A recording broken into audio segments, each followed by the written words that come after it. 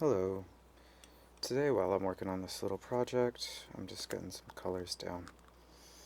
I'm going to be talking about a little bit of the church and getting some paint on my palette. Got these little Robert Downey squirt bottles. These things are awesome. So if you're hearing any squirting noises, that's what it is. But anywho, um, I was asked by a deacon friend. He was talking to our little group, and he was talking about how people aren't staying in the church. And I used to do some young adult ministry back in the day, and I agree. Like, just being someone who's in his late 30s, I've seen it, and not a lot of people who stick around. And I was talking about how there's a lot of different ways people approach going to church, or they approach what church is, and they don't always treat it the same way. Some people treat church as a relationship and only a relationship. Some people treat church as the Bible and only the Bible. Some people treat church as a box to check off and they just show up and check off their box. Some people go because their family goes and it's just tradition. Some do it because opportunities. Some do it for family. There's so many different reasons why people go. And the reality is, it shouldn't just be one reason. Unless it's the Eucharist, because that would be God Himself, right?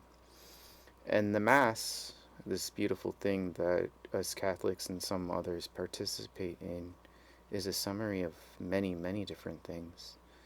Because it doesn't just depend on the Bible, it doesn't just depend on people or music or food. It depends on everything, like coming together to be one with God. And there's no easy way to sugarcoat it. Some people are there because they want to be, and some people are there because they have to be.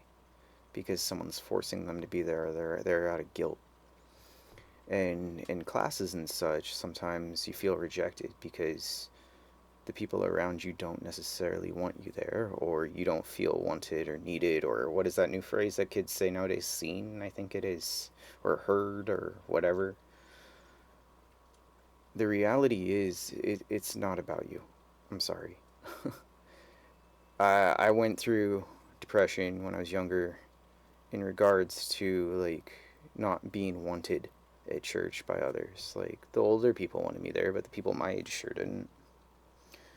Like, they're like, why? I don't want to be here, but you want to be here. Well, just because you want to be here doesn't mean I want to be, like, it was this whole, like, you get bullied because you're the kid who's a little weird because you actually want to be at church because you want a relationship with Christ.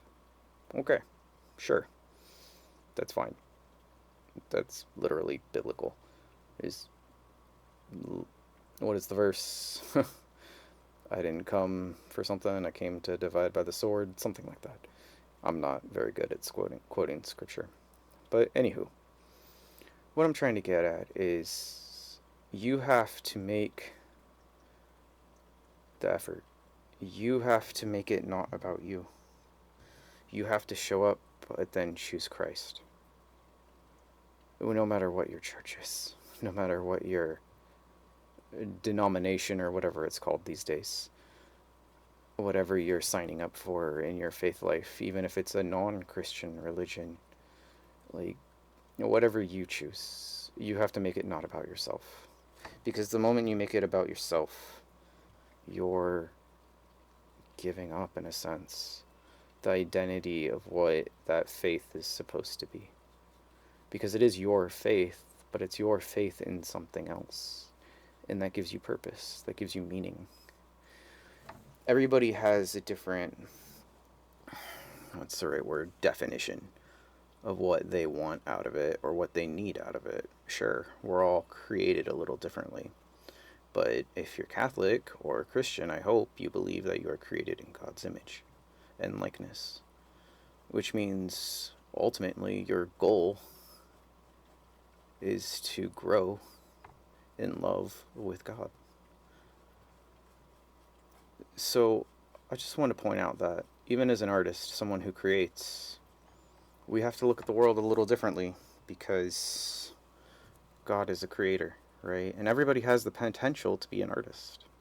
Everybody. It doesn't have to just be visual art. It could be music. It could be poetry. It could be so many different things. It could be woodworking. It could be how you organize some rocks on a hiking trail. Like there's so many different like potential possibilities there. It could be culinary arts. There's options for everybody. Just like there's options in faith for everybody.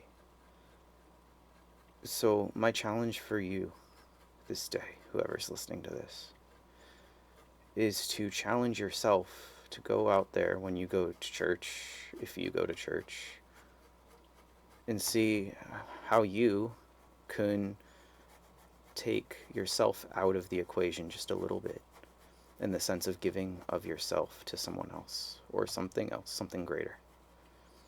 Maybe volunteer a little bit. Maybe just participate a little more. Maybe you're that person who just stays quiet all the time. So maybe you start singing along a little bit. Maybe you're that person who just shows up and check the box. Well, maybe participate and actually read the readings along with everybody. You have an option to make a difference in your own life, but you also have an option to make a difference in someone else's. So by the grace of God, would you please just put in a little more effort and try to make someone else's day a little better besides your own? Because seriously, being bullied, even just like trying to go to church, like you got all these cliques going on. Like that's still gonna happen even as an adult, even in the workplace. So it's okay to have friends. I'm not saying not to. What I'm saying is reach out, be friendly, be Christ-like. Just because not everybody is supposed to be the same. You don't have to be friends with everybody, but you're supposed to be Christ to everybody, are you not?